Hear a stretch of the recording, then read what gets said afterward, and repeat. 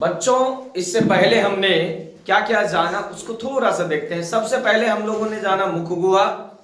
मुख गुहा में पाई जाने वाली तमाम संरचना, जीभ, दांत और लार ग्रंथियां। फिर हम लोगों ने जाना ग्रसनी। फिर हम लोगों ने जाना ग्रास नली। फिर हम लोगों ने जाना ग्रास नली में होने वाली क्रमांकुंचन क्रियाएं।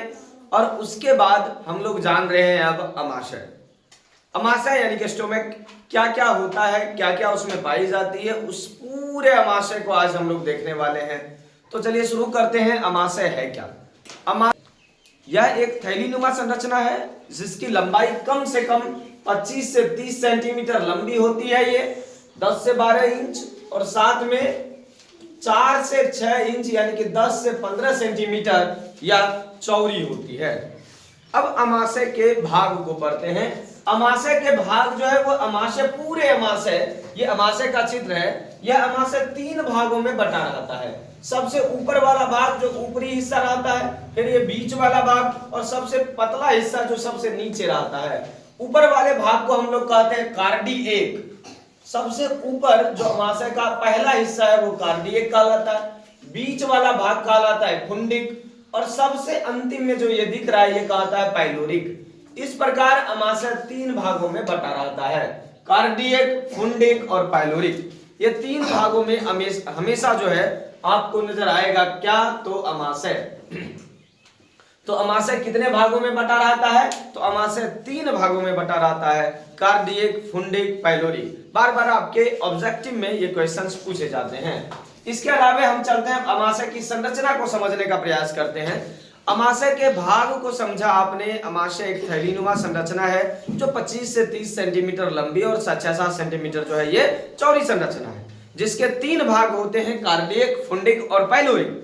अब हम समझते हैं इसके भीतर की संरचना को। ये जो अमाशय आपको दिख रहा है, इस अमाशय के जो परत है, ये चारों तरफ जो दिख रहा है, ये परत एपिथीलियमी कोशिकाओं का स्तर होता है जो काफी लचीला एवं काफी मजबूत होता है। यानी यूं कहें कि पेट जो है हमारा, स्टोमक जो हमारा है, ये 2 या 3 परतों से बना होता है, 2-3 परतों से। और ये परत एपिथीलियमी कोशिकाओं का स्तर होता है। और जिसके कारण कौन सा एपिथीलियमी?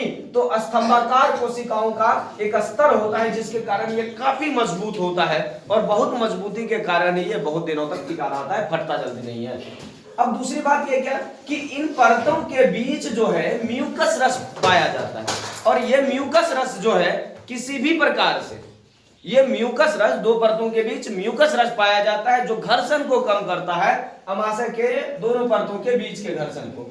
इसके भीतर ये जो दिख रहा है अमाशय की भीतरी परत, इसके भीतर अंदर की ओर धसी हुई कई सारी छोटी छोटी संरचनाएं पाई जाती है।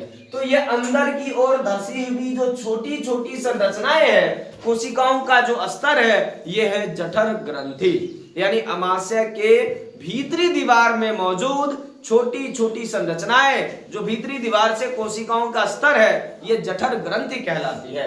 आप यहां देख पा रहे हैं एपिथेलियमी कोशिकाओं का स्तर होता है, अमाशय ग्रंथि या जठर ग्रंथि कहते हैं इसको। क्यों कहते हैं? Gastric gland. देखिए इसको अमाशय की भीतरी दीवार में किसे कहते हैं? अमाशय ग्रंथि या फिर जठर ग्रंथि, इसको समझिए।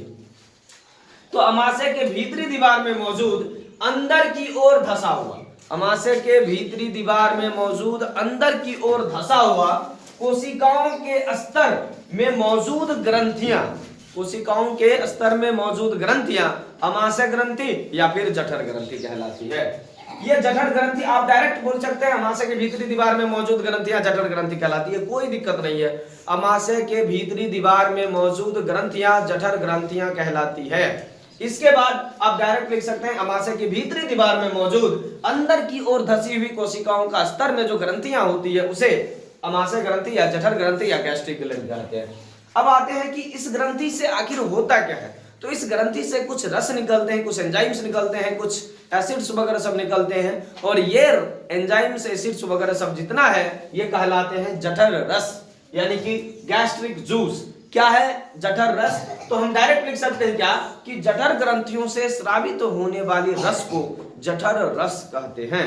आप चाहे तो डायरेक्ट लिख सकते हैं जठर ग्रंथियों से स्रावित रस को या जठर ग्रंथियों से स्रावित होने वाले या निकलने वाले रस को जठर रस कहते हैं। और यह प्रतिदिन कम से कम 1 लीटर और अधिकतम जो है वो 3 लीटर प्रतिदिन एक मानव के आमाशय में स्रावित होता है। लगभग 3 लीटर एक दिन में प्रत्येक मानव के आमाशय में ये स्रावित होने वाला रस है। रस का नाम है गैस्ट्रिक जूस, यानी कि जठर रस, या फिर आप कह सकते हैं आमाशय रस। अब आता है कि जठर ग्रंथि में जो ये ग्रंथियां हैं, इसमें कौन कौन सी कोशिकाएं और किस प्रकार के एसिड्स और किस प्रकार के अम्ल निकलते हैं, इसको समझिए।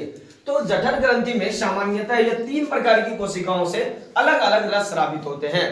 3 प्रकार की कोशिकाएं हैं क्या? तो 3 प्रकार की कोशिकाएं, सबसे पहला है श्लेष्मा या म्यूकस कोशिका। तो श्लेष्मा या म्यूकस कोशिका से स्रावित होता है श्लेष्मा या म्यूकस रस। दूसरा है अम्लजन कोशिकाएं। अम्लजन कोशिकाओं से स्रावित होता है हाइड्रोक्लोरिक अम्ल, यानी कि पेट में एक एसिड स्रावित होता है, एक अम्ल स्रावित होता है, जिस अम्ल का नाम है हाइड्रोक्लोरिक अम्ल। जो कहां से स्रावित होता है? तो जठर ग्रंथियों में मौजूद अम्लजन कोशिका से हाइड्रोक्लोरिक एसिड, हाइड्रोक्लोरिक अम्ल स्रावित होता है, जो भोजन में मौजूद हानिकारक सूक्ष्म जीवों को, विषाक्त पदार्थों को नष्ट कर देता है और भोजन को पचाने में यह काफी ज्यादा हद तक मदद करता है। इसके बाद आता है मुख्य या जाइमोजिन कोशिकाएं। मुख्य या जाइमोजिन कोशिकाओं से स्रावित होता है पेप्सिनोजेन नामक एक रस। और यह पेप्सिनोजेन का काम क्या है? पेप्सिनोजेन प्रारंभिक समय में यह कार्य नहीं करता है, लेकिन जब हाइड्रोक्लोरिक अम्ल इसके साथ मिलता है तब यह कार्य करना प्रारंभ कर देता है। तो उसका भी चर्चा हमने कर लिया है कि मुख्य या जाइमोजिन कोशिका से पेप्सिनोजेन नामक एंजाइम स्रावित होता है, और यह पेप्सिनोजेन काम नहीं करता है, तब इस पर हाइड्रोक्लोरिक एसिड आता है, यानी कि हाइड्रोक्लोरिक एसिड इसको सक्रिय बनाता है, और सक्रिय किसमें बनाता है? तो यह सक्रिय पेप्सिन में बदल जाता है। पेप्सिनोजेन हाइड्रोक्लोरिक अम्ल के साथ मिलकर क्या बनाया? तो पेप्सिन बनाया, और पेप्सिन, यही पेप्सिन भोजन के प्रोटीन पे कार्य करके उसे पेप्टोन में बना देता है, यानी कि पेप्सिन ही प्रोटीन पर कार्य करके इसे पेप्टोन में बना देता है। इस प्रकार से आप कह सकते हैं कि जो जठर रस है उसमें 3 रस पाए जाते हैं। सबसे पहला रस श्लेष्मा या म्यूकस रस, दूसरा हाइड्रोक्लोरिक एसिड, और तीसरा जो पेप्सिनोजेन है। तो आप डायरेक्ट भी कह सकते हैं कि क्या क्या? श्लेष्मा या म्यूकस रस, पेप्सिन, श्लेष्मा या म्यूकस रस, हाइड्रोक्लोरिक रस और पेप्सिनोजेन, तीनों के सम्मिलित रूप को जठर रस कहते हैं।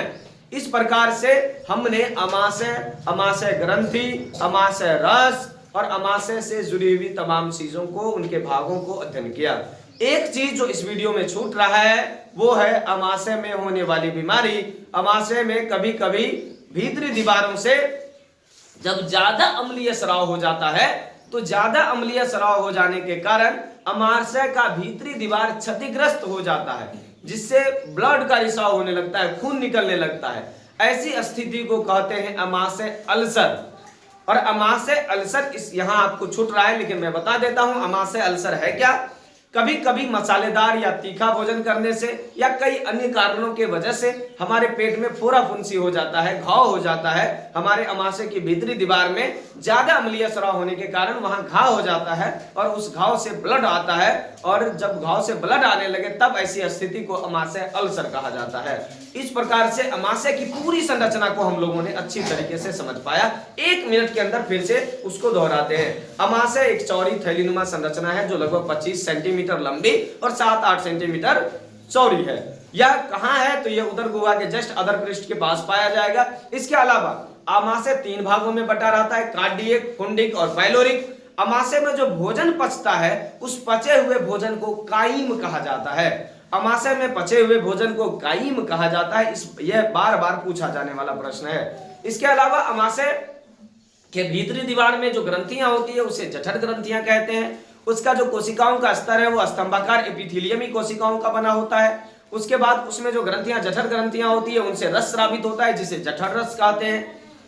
जठर रस में कई अलग अलग प्रकार की कोशिकाओं से अलग अलग प्रकार के रस स्रावित होते हैं, जैसे श्लेष्मा या म्यूकस रस श्लेष्मा कोशिका से मिलता है।